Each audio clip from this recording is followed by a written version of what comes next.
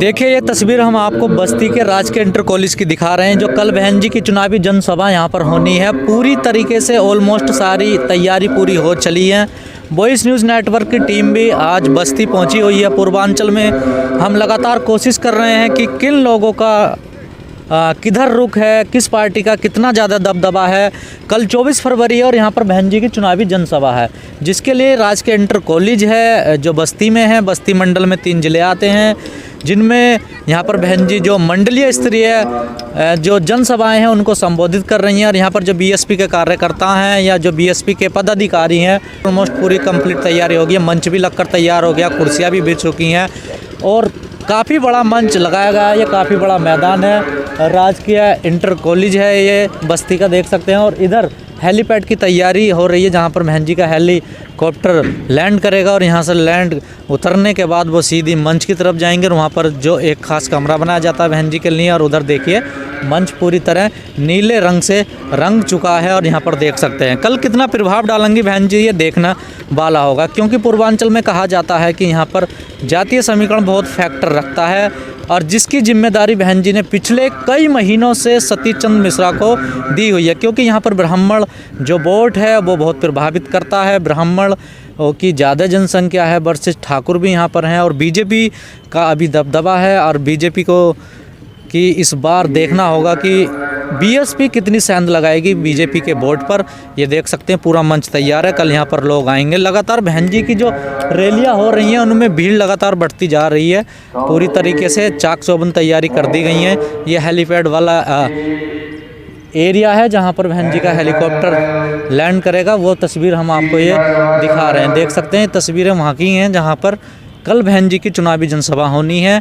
हम लोग एक दिन पहले पहुंच चुके हैं, कल 24 फरवरी है। और बहन जी कल यहाँ पर देखिए क्या मंत्र देंगे, कितना प्रभाव डालेंगे। कल यहाँ पर चुनावी जनसभा होनी है, उसको लेकर देख सकते हैं तस्वीरें ये हम आपको दिखा रहे हैं। बहन जी जनसभा की तस्वीरें हैं, लोग यहाँ पर लगे हुए हैं, कार्य कर रहे हैं। ऑलमोस्ट तैयारी पूरी हो गई है। और कल जितनी भी कवरेज होगी हम सीधी आपको वॉइस न्यूज़ नेटवर्क पर दिखाएंगे या ग्लोबल वॉइस न्यूज़ पर हमको दिखाएंगे। देख सकते हैं पदाधिकारियों की गाड़ियां यहाँ पर घूम रही हैं। और कल बस्ती में लगातार जिस प्रकार बहन जी जनसभाएं अपनी कर रही हैं, लगातार चुनावी जनसभाएं कर रही हैं। लोगों का कहना है कि बहन जी थोड़ी लेट आई हैं, इस बार चुनाव में दिख नहीं रही हैं। लेकिन जो हम रैलियों में जा रहे हैं तो हमें लगता है कि बहन जी का जो वोटर है ना, जो मतदाता है, वो साइलेंट है और वो शोर नहीं मचाता, वो किसी से कहता नहीं है और चुप वोट डालता। अभी हम प्रयागराज की रैली में हैं, आप सोच भी नहीं सकते कि इतनी भीड़ आई ही। मंच छोटा पड़ गया था, जो वहाँ का ग्राउंड था ना, केपी ग्राउंड, वो छोटा पड़ गया था। भीड़ इतनी थी, लोग पैदल आ रहे थे, किसी के हाथ में चप्पल टूटे हुए थे, फिर भी बहन जी को सुनने के लिए, देखने के लिए अभी भी आ रहे थे। जो लोग बहन जी को अभी इग्नोर कर रहे हैं, मुझे लगता है कि वो कहीं ना कहीं गलत है। क्योंकि बहन जी का जो वोट बैंक है ना, वो भी अभी बरकरार बना हुआ है। उसमें ज़्यादा इतनी किसी भी पार्टी ने सेंधमारी नहीं की है। जो उनका 20-22% वोट है ना, वो अभी भी बरकरार है। उसको उसमें सेंध लगाना बड़ा मुश्किल काम है। यहाँ पर 308 विधानसभा में जहीर अहमद जिम्मी जो हमारे भाई हैं, वो बीएसपी से उनको टिकट बहन कुमारी मायावती जी ने दिया है। और इंशाल्लाह वो चुनाव जीतेंगे। हाँ। और बीजेपी का कैसा है यहाँ पर? बीजेपी का भी ठीक ही ठाक है, कुछ कहा नहीं जा सकता है। और ये सपा सरकार महादेवा और रुदौली, बंद कर लीजिए इसका। सपा सरकार जो महादेवा विधानसभा है और रुदौली विधानसभा, वहाँ पे लीड कर रही है। बाकी तो मुझे नहीं लग रहा है, बाकी सबका अपना अपना ओपिनियन। बस्ती में किसका ज़्यादा जोर है? बस्ती में तो अभी महेंद्र भैया चल रहे हैं। महेंद्र भैया जी, मतलब समझा चौतरफा है यहाँ का माहौल। हाँ। वैसे आप क्या चाहते हैं? सरकार, आप यूथ है, अगर किस मुद्दे पर आप वोट करेंगे? मुद्दा भैया देखिए बेरोजगारी का है, ठीक है, और रोड का है यहाँ का। रोड है और बहुत से मुद्दे हैं, महंगाई भी है, डीजल पेट्रोल है। तो ये सब मुद्दे ध्यान में रखे जाएंगे। बिल्कुल ध्यान में रखे, आने वाले 3 तारीख को सारे मुद्दे ध्यान में रखे जाएंगे। जातिवाद नहीं चलता यहाँ, हिंदू धर्म पे नहीं होगा? नहीं, जातिवाद पे वोट, मैं तो यही सबसे अपील करूँगा कि जातिवाद पे वोट नहीं करना चाहिए। हमेशा मुद्दों पे वोट करना चाहिए, चाहे वो किसी भी जात का हो। तो आपको कौन सी सरकार बेहतर लगती है, अगर बीजेपी, बीएसपी या सपा देखा जाए तो? अब इसमें मैं क्या कह सकता हूँ। शासन तो देखे होंगे आपने, किसका शासन अच्छा लगता है? शासन तो अगर देखा जाए तो अगर सिक्योरिटी के हिसाब से देखा जाए तो योगी जी ने अच्छा काम किया। अच्छा काम किया। सुरक्षा के मामले में योगी जी- सुरक्षा के मामले में योगी जी ने बेहतर काम किया। अच्छा, और बाकी तो महंगाई के हिसाब से तो नहीं है। अच्छा, उन्होंने नहीं किया। आपको क्या लगता है भैया इस बार क्या रहेगा? बसपा की सरकार। बसपा की आएगी? जी। कैसे आएगी बसपा की सरकार? जनता कह रही है। जनता। जी। आप किसको दोगे वोट? बीएसपी हाथी। बीएसपी को? जी। योगी जी का काम से खुश नहीं हो? नहीं हैं? नहीं, क्यों? रोजगार रोजगार नहीं दिया उन्होंने? रोजगार नहीं मिला सर। रोजगार नहीं दिया। तो आपको बीएसपी अच्छी लगती है? जी सर। बीएसपी को वोट है। देखिए बहन जी का मंच तैयार हो चला है। कल बहन जी की यहाँ पर चुनावी जनसभा है, उसकी तस्वीर हम आपको लगातार दिखा रहे हैं। मंच पूरी तरह तैयार है। मुझे लगता है सबसे बढ़िया मंच और ऑलमोस्ट सबसे पहले बस्ती मंडल की जो चुनावी जनसभा उसका तैयार हुआ। यहाँ पर देखिए कुछ लोगों का कहना है कि यहाँ पर चौतरफा होगा, वोट बिखर भी सकता है, इधर उधर भी जा सकता है। जिस पार्टी के पक्ष में 1-2% वोट फालतू जाएगा समझ लीजिए वही यहाँ पर विजय हो जाएगा, क्योंकि सब पार्टियों की यहाँ पर जो दावेदारी है ना वो मजबूत है। सारी पार्टियाँ यहाँ पर मजबूत है, चाहे बीएसपी हो, चाहे सपा हो, चाहे बीजेपी हो, सबका वोट बैंक है यहाँ पर। अब वही देखना होगा कि समीकरण क्या बनते हैं। लेकिन जैसे कहा जा रहा है कि पूर्वांचल है, पूर्वांचल जिस पार्टी की तरफ जाता है सत्ता उसी की आती है, लखनऊ वही जाता है। जैसा देखा जाए 2007 में पूर्वांचल में बीएसपी का दबदबा रहा, उसके बाद 2012 से 17 में 12 के चुनाव में सपा को यहाँ पर सबसे ज़्यादा सीटें मिली, और 17 से 22 अब जो चुनाव रहा, जो शासन रहा, उसमें बीजेपी को सबसे ज़्यादा सीटें पूर्वांचल से मिली।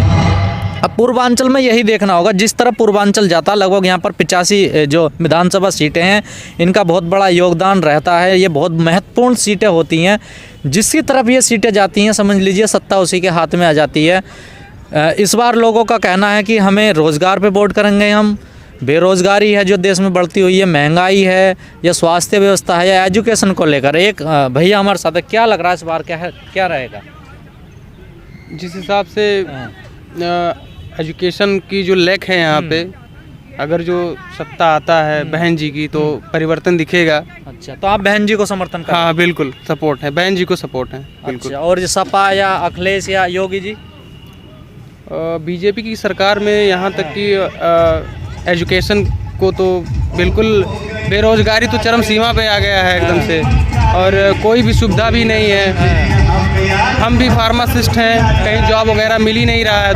2002 के बाद में कहीं फार्मासिस्ट की पोस्टिंगें ही नहीं हुई है। तो परिवर्तन होगा तो चांस है, बिल्कुल मिलेगा। बीएसपी का चांस है? हाँ बीएसपी का चांस। कितने सीटों पे चांस है यहाँ पर? यहाँ पे तो बस्ती में 5 है ना, बस्ती जिले में? हाँ बस्ती, हाँ। हाँ 5 का चांस है निकलने का। टक्कर रहेगी? हाँ टक्कर रहेगा बिल्कुल। बहन जी का शासन अच्छा लगा? हाँ बिल्कुल, बहन जी तो हमेशा से सपोर्ट की हैं छोटे लोगों को। लेकिन जैसे दूसरी पार्टियां वादे कर रही हैं, बहन जी वादे ऐसे वादे नहीं कर रही हैं। ऐसी झूठी वादी नहीं रही है बहन जी की शासन काल में, बहुत अच्छा रहा है और सारी चीज़ें आज देन है बहन जी की। यहाँ का जो दलित वोटर है क्या वो बीएसपी को वोट देगा, इधर उधर भी जाएगा? बिल्कुल सपोर्ट है, बीएसपी को ही सपोर्ट रहेगा। मतलब जो दलित हैं वो सारे? बिल्कुल बिल्कुल बिल्कुल सर, जो सारे हैं। जी कितने दलित होंगे वैसे इस जिले में? जिले में सर ये समझ लीजिए कि 35% दलित हैं। 35% दलित हैं? दलित सर, बहुजन तो काफ़ी ज़्यादा हैं यहाँ पे दलित। जी सर, बहुजन भी हैं, दलित भी हैं काफ़ी। कौन कौन से जिले आते हैं? एक तो बस्ती हो गए, एक अम्बेडकर नगर हो गया, और एक कौन सा? संत कबीर नगर हो गया। संत कबीर नगर हो गया, जी हरैया हो गए, हरैया।